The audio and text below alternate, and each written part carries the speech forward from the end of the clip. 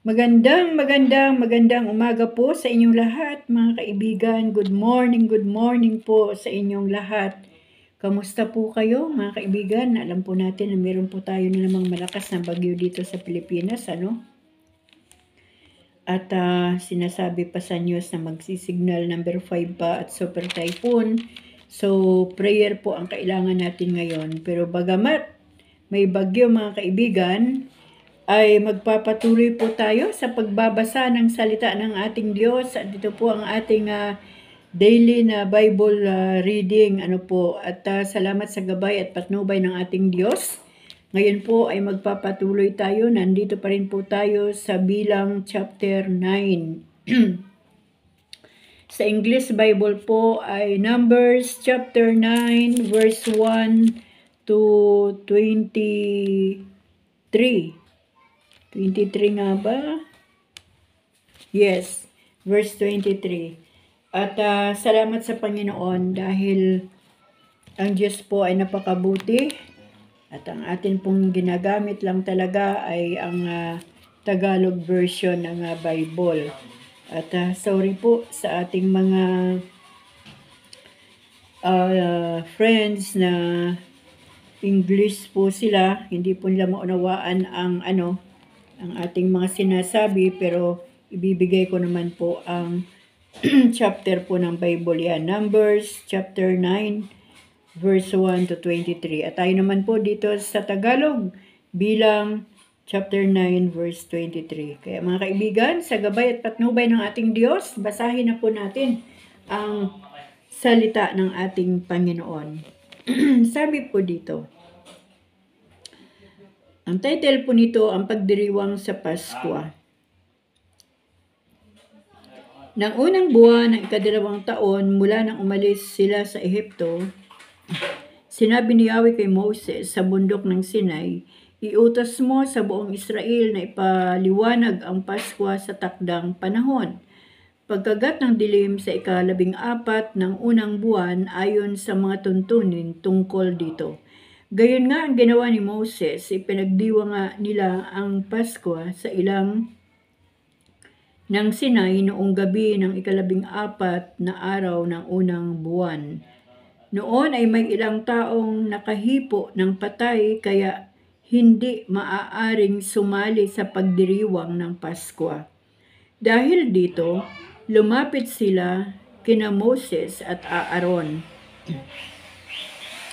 Sinabi nila, marumi kami ayon sa kautusan pagkat kami humipo ng patay. Hindi ba kami maaaring maghandog kay Yahweh? Maghintay kayo at sasangguni muna ako kay Yahweh, sagot ni Moses. Sinabi ni Yahweh kay Moses, ganito ang sabihin mo sa buong Israel, kung may mga kamag-anak kayo na itinuturing na marumi dahil sa pagsaling sa bangkay, o may kababayan kayong naglalakbay at nasa ibang bayan, maaari nilang ipagdiwang ang Pasko. Ito'y gaganapin nila sa kinagabihan ng ika-14 na araw ng ika-2 buwan sa gabing yaon. Kakain din sila ng korderong pampaskwa, tinapay na walang libadura at mapait na gulay. Huwag din silang magtitira kahit kapirasong korderong pangpaskwa at huwag din nilang baliin kahit isang buto niyon. Anupat sa pagdiriwang nila sa Pasko, susundin nila ang lahat ng tuntunin ukol dito. Ang sinumang hindi makiisa sa pagdiriwang ng Pasko, liban na nga lamang kung itinuturing na marumi o kaya'y nasa ibang bayan, ay ibibilang na makasalanan. Itatakwil siya pagkat hindi siya naghandog kay Yahweh sa takdang panahon. Ang sinumang nakikipamayan sa inyo ay maaring sumama sa pagdiriwang ng Pasko. Kung susundin niya ang mga tuntunin tungkol dito, iisa ang tuntunin ng Pasko maging para sa taal na mamamayan at sa mga dayuhan. Natakpan ng ulap ang tuldang tipanan. Nang maiayos na ang tuldang tipanan, ito ay natakpan ng ulap kung gabi. Nagliliwanag itong parang apoy. Ganoon nang ganoon ang nangyayari, ang tuldang tipanan ay natatakpan ng ulap kung araw at ang ulap ay nagliliwanag na parang apoy kung gabi. Tuwing aalis ang ulap sa ibabaw ng tuldang tipanan, ang mga Israelita ay nagpapatuloy sa kanilang paglalakbay. Kung saan ito tumigil, doon din sila humihimpil. Nagpapatuloy sila o tumitigil sa paglalakbay ayon sa palatandaang ito ni Yahweh. Hindi sila lumalakad hanggang nasa ibabaw ng tuldang tipanan ang ulap. Hindi sila lumalakad kahit na abutin sila ng ilang araw sa pagkakatigil. Hinihintay nila ang hudyat ni Yahweh kung minsan ang ulap ay ilang araw na nasa ibabaw ng tuldang tipanan. Kapag ganoon, hindi sila lumalakad. Lumalakad nga lamang sila ayon sa utos ni Yahweh. Kung minsan, isang gabi lamang ito sa ibabaw ng tuldang tipanan. At kung minsan namay, maghapot magdamag kung nasa ibabaw ito ng tuldang tipanan. Hindi nga sila nagpapatuloy. Kahit ito tumagal ng 2 araw, 1 buwan o mahigit pa, hindi sila lumalakad. Nagpapatuloy lamang sila kung wala ang ulap sa ibabaw ng tuldang tipanan. Nagpapatuloy nga sila o tumitigil sa paglalakbay ayon sa palatandaang ibinibigay ni Yahweh. Purihin po ang Panginoon sa ating pagkabasa ng kanyang salita. Ang galing ang galing-galing ni Lord. Praise God. Alam niyo po, yung ulap habang naglalakad o naglalakbay yung mga Israelita, yung ulap ay naglalakad din. Kapag huminto po yung ulap, hihinto rin ang mga Israelita. Pag sinabi ng stop, yan. Hihinto rin po ang mga Israelita. Ang galing po, kasi alam nila na yung ulap na yon, ayun po ang gabay ni Yahweh sa kanila kung kailan sila pwedeng maglakad o maglakbay o kung kailangan nilang huminto. At yung ulap po ay hindi pare-pareho ang galaw. May panahon na matagal na hihinto sa tapat ng tuldang tipanan. So yun din po yung tagal ng panahon ng paghinto ng mga Israelita sa paglalakad o sa paglalakbay. Ang galing po kasi wala po silang hawak na Biblia na gaya natin sa panahong ito, na dito po nagbibigay ng warning ang Diyos, nagtuturo kung anong ating gagawin. Pero sa pamamagitan lang po ng ulap, ay talaga pong sumusunod ang mga Israelita sa Panginoon, sa hudyat ng Diyos. At yan po ang napakaganda na naranasan ng mga Israelita na habang sila ay naglalakbay, ay ginagabayan po sila ng ating Panginoon. Ayan mga kaibigan, yung naririnig yung tunog, pagpasensyahan nyo na. Yan po talaga ang mga tunog dito sa paligid sa amin. At sa atin naman pong mga buhay, mga kaibigan, sa ating kapanahunan ngayon, wala po tayong ulap na sinusundan. Alam niyo po yun? Hindi po natin nakikita yung literal na gabay ng Diyos sa ating mga buhay.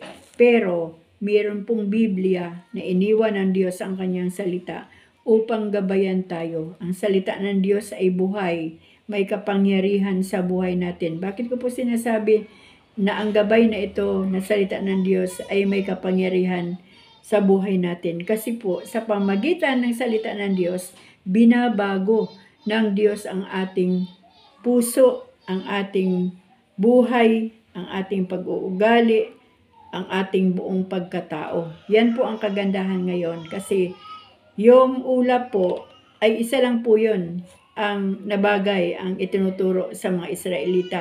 Yung pagsunod. Pagsunod. Pag sinabi pag nakita lang ulap na huminto, susunod sila, hinto din sila. Pag yung ulap ay gumalaw na, susunod sila. So napakaganda po yun, yung pagsunod. Sabi nga ganun sa ibang verse obedience is better than sacrifice. Ano po? Kasi, tingnan nyo po, yung mga Israelita, nagsasakripisyo din sila kung ilang buwan nahihinto doon ang ulap sa ibabaw ng tuldan ng tipanan, yun din po yung sakripisyo nila na stay doon o tumambay doon kung saan mang lugar yon. Hindi po ba? Kung nandoon ka lang nakatambay ka, hindi ka naman nagtatrabaho, gaya ng trabaho nila sa Ehipto, ano po? Nakakainip yun. Pero ang mga Israelita po ay marunong maghintay. Marunong silang sumunod sa hudyat ng Diyos at marunong silang maghintay kung kailan uli gagalaw yung ulap para sila po ay makapagpatuloy sa paglalakad papunta po sa lupang pangako na ipinangako ng Panginoon sa kanila. Kaya sa mga buhay naman po natin mga kaibigan, kamusta naman po? Sino po yung ulap sa ating mga buhay? Wala pong iba kundi ang ating Panginoon. Siya po yung ating gabay, patnubay at sa pamagitan ng kanyang salita, dito naman po natin nakikita kung ano po ang pwede nating gawin, kung ano po yung gusto niyang ipagawa sa ating mga buhay, kung magpapatuloy ba tayo sa ating ginagawa o hindi. Meron po dito nga isang illustration na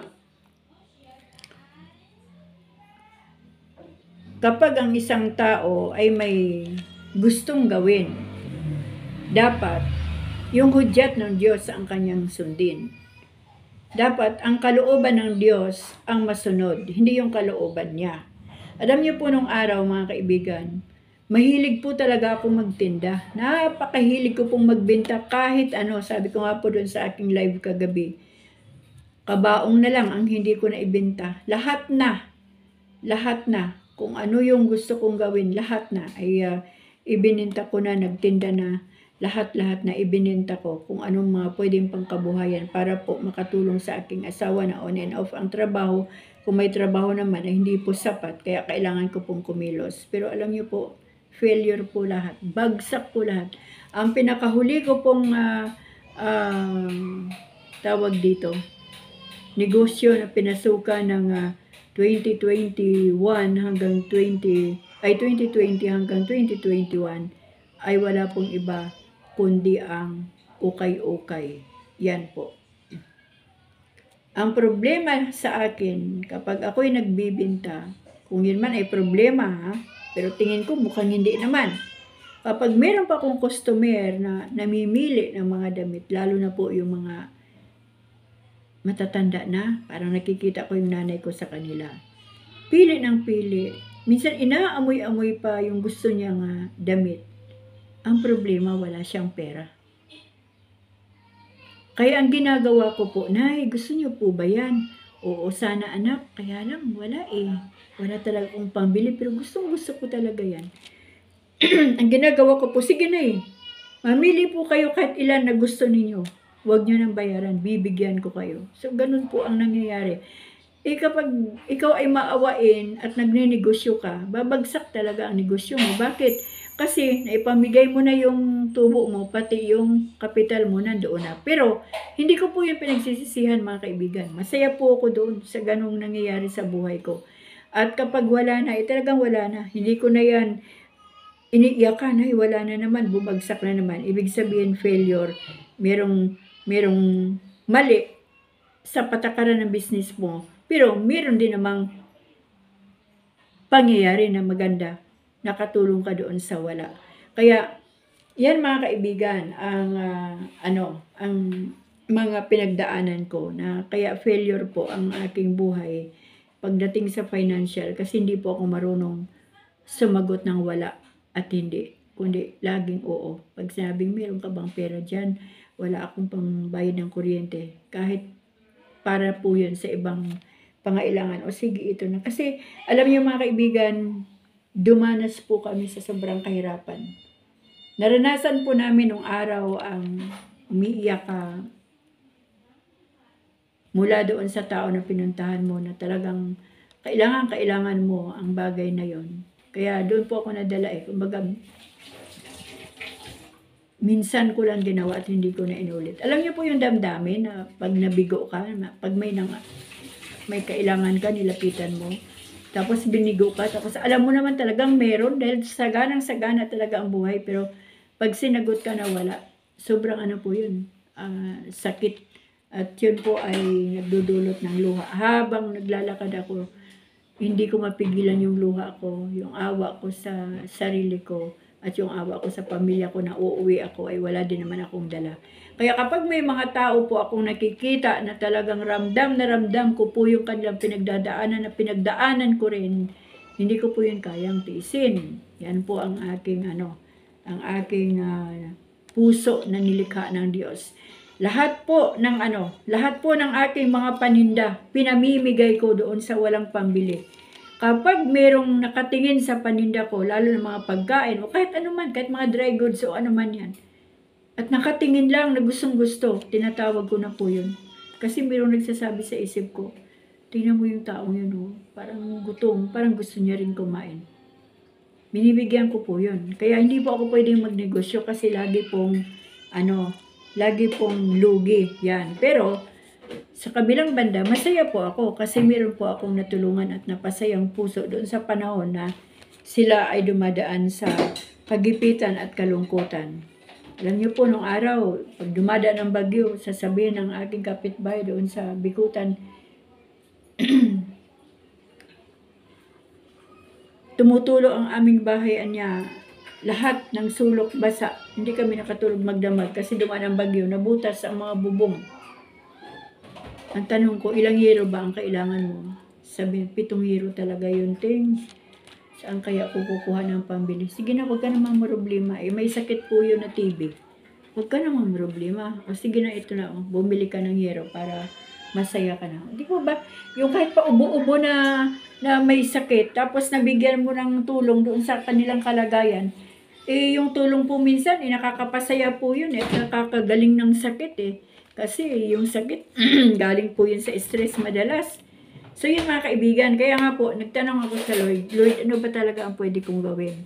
Hindi na ako pwedeng magnegosyo. Ayoko na, pagod na po ako ng paulit-ulit. Bagamat nagagamit yung puso ko, yung buhay ko sa wala. Kasi sinasabi ko lagi sa Panginoon, Lord, ikaw naman ang lumikha ng puso na ito. Sorry naman kung pinamimigay ko ang aking paninda. Hindi ko talaga kayang tiisin. Ikaw nga inalay mo ang buhay mo para sa akin. Di po ba mga kaibigan? Kaya, manatili po yung ating kahabagan. Kung meron naman po talaga, kahit hindi tayo nagninegosyo, kung meron naman tayong maitulong sa ating kapwa, tumulong po tayo. At yan po ang mga tulong na yan, ay ginagawa po natin yan para sa Panginoon. At yan po, balikan po natin yung pagsunod sa gabay ng Panginoon. Kapag meron po tayong hinihiling sa Diyos, dapat matuto po tayo maghintay. Kasi kung hihiling tayo ng isang bagay sa Panginoon at nainip tayo sa paghihintay, mapapangunahan po natin ang kalooban ng Diyos. At ang ending po nun, kapag ang kalooban natin nasunod, failure po yun.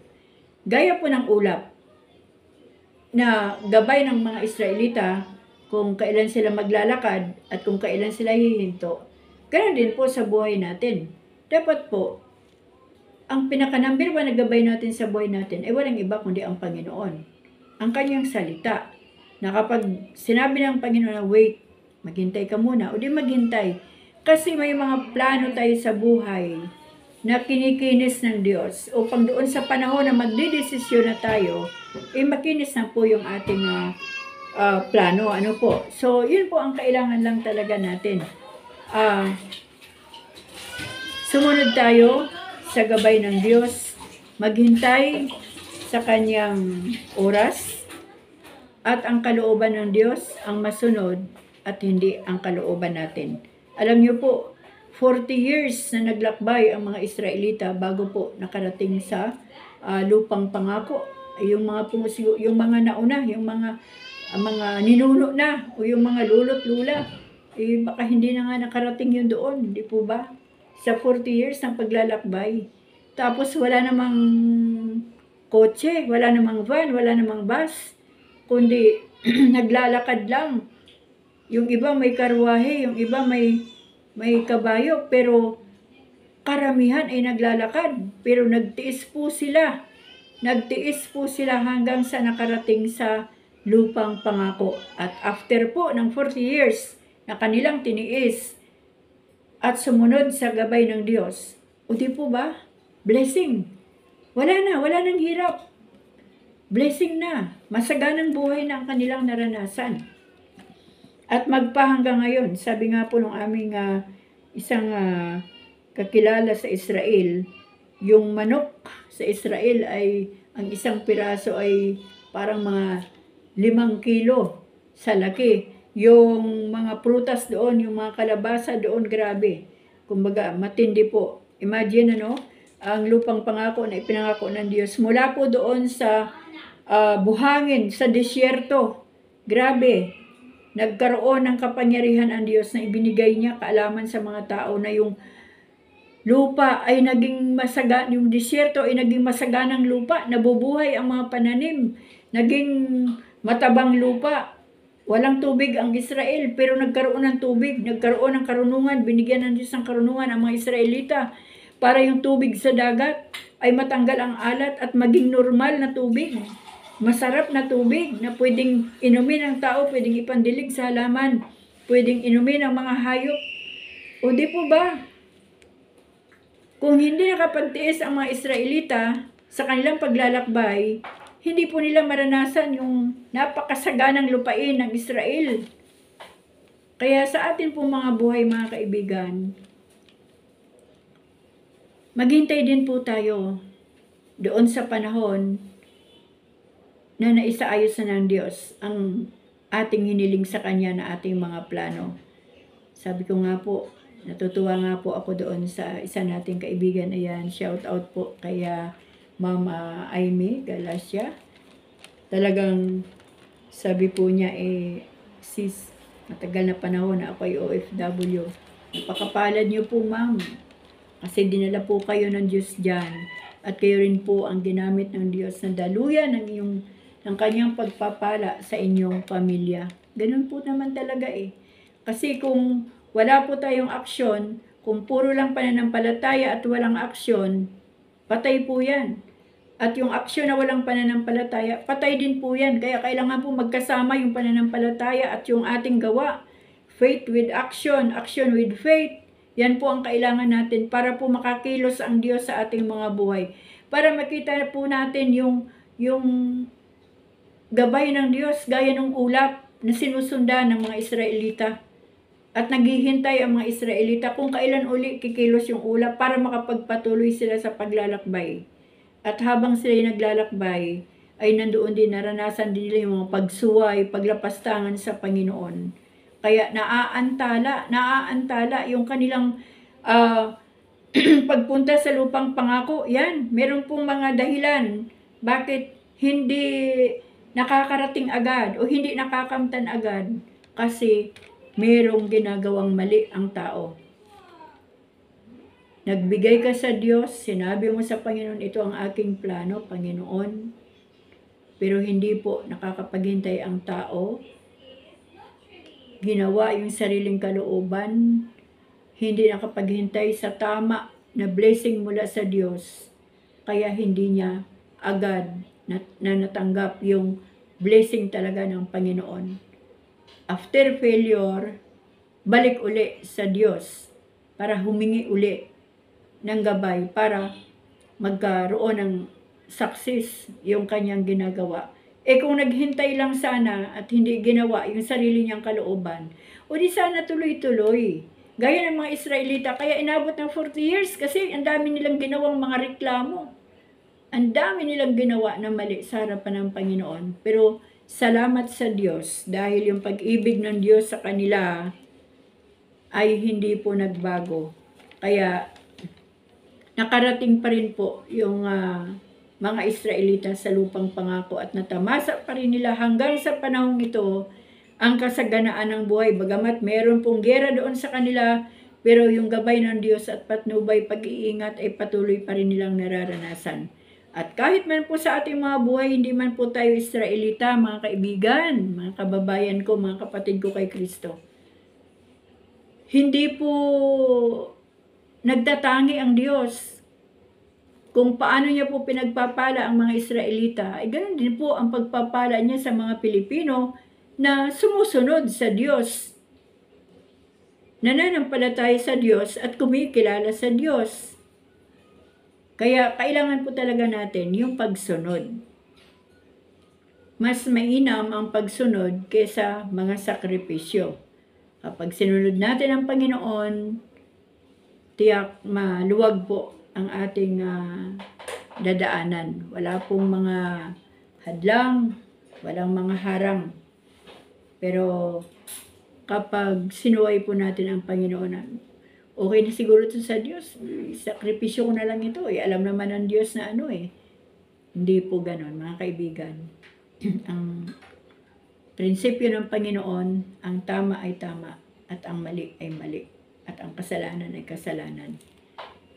Kailangan natin pagbayaran lahat. Kung ano man ang ating mga ginawa na mali, pinagbabayaran po natin yan. Lahat po yan may mga consequences. Gaya po ng mga Israelita, 40 years ang kanilang nilakbay dahil sumuway din sila. Kahit man po sa ating mga buhay, kapag tayo po ay sumuway at gumawa po ng mali, may mga consequences po yan. Pansin niyo po, may mga pinapatay din sa panahon ni Moises. Talagang nagagalit ang Diyos. At ang bunga din naman ang ating ginagawa sa panahon ito, may palo din naman mula sa ating Diyos. Pagdidisiplina para matuto tayo, matuto tayong sumunod, maghintay, at manalig sa Diyos habang naghihintay. Kaya mga kaibigan, nawa po ay meron po tayong nakuha na lesson po dito sa Numbers chapter 9 o Bilang chapter 9 verse 1 to 23. At maraming salamat po sa inyong lahat mga kaibigan dahil ang Diyos po ay napakabuti sa buhay natin. At alam naman po natin na hindi po tayo inihiwalayan ng Diyos, hindi po tayo iniiwanan ng Panginoon hanggat ang ating mga buhay ay nangangailangan ng Diyos, hindi po tayo hiwalayan ng Diyos. Pero pag hindi na po natin kailangan ang Diyos, siguro sasabihin ng isang, uy, ano naman, kung hindi mo ako kailangan, di, bahala ka. Ang Diyos po, minsan nililingon-lingon pa tayo, di po ba? Kahit lumalayo na tayo sa Kanya, nililingon-lingon pa rin niya tayo, naghihintay pa rin, baka bumalik, o di po ba? Ganyan po katindi ang pag-ibig ng Panginoon sa atin. At doon sa panahon na magbalik na naman tayo sa Panginoon, dalawang kamay po na tinatanggap na naman niya tayo. Yan po yung pag-ibig ng Diyos. Paulit-ulit ang pag-ibig ng Diyos. Kaya dapat ang buhay ng tao hindi po magpaulit-ulit sa kasalanan. Kasi kapag inuulit na po natin, sinasadya na po natin yun na sinasaktan natin ang puso ng ating Panginoon. Ayan mga kaibigan, maraming salamat po muli sa inyong pakikinig, sa inyong panunood sa aking mga videos. Maraming salamat po sa inyong suporta. Ingatan po tayong lahat ng ating Panginoon. Patuloy po tayong magbasa ng Biblia, patuloy po tayong manalangin, patuloy po tayong magbahagi ng salita ng Diyos upang sa ganoon ang mga tao po sa ating paligid o mga pamilya na hindi pa talaga nakakaalam ng katotohanan at hindi pa nila alam na si Jesucristo ang ating tunay na Diyos, si Jesus ang ating tagapagligtas at Panginoon ng buhay, ay kailangan po nilang malaman at gagamitin po ng Diyos ang ating mga buhay para po ipaalam sa mga tao na wala pang alam at wala pang tunay na relasyon sa Diyos at wala pang totoong pananampalataya sa Diyos. Maraming salamat po sa Panginoon sa araw na ito. Salamat po sa Diyos sa inyong mga buhay. Salamat po sa biyaya ng Diyos sa buhay nating lahat. Salamat po sa ating Panginoon sa araw na ito. God bless us all po. Amen.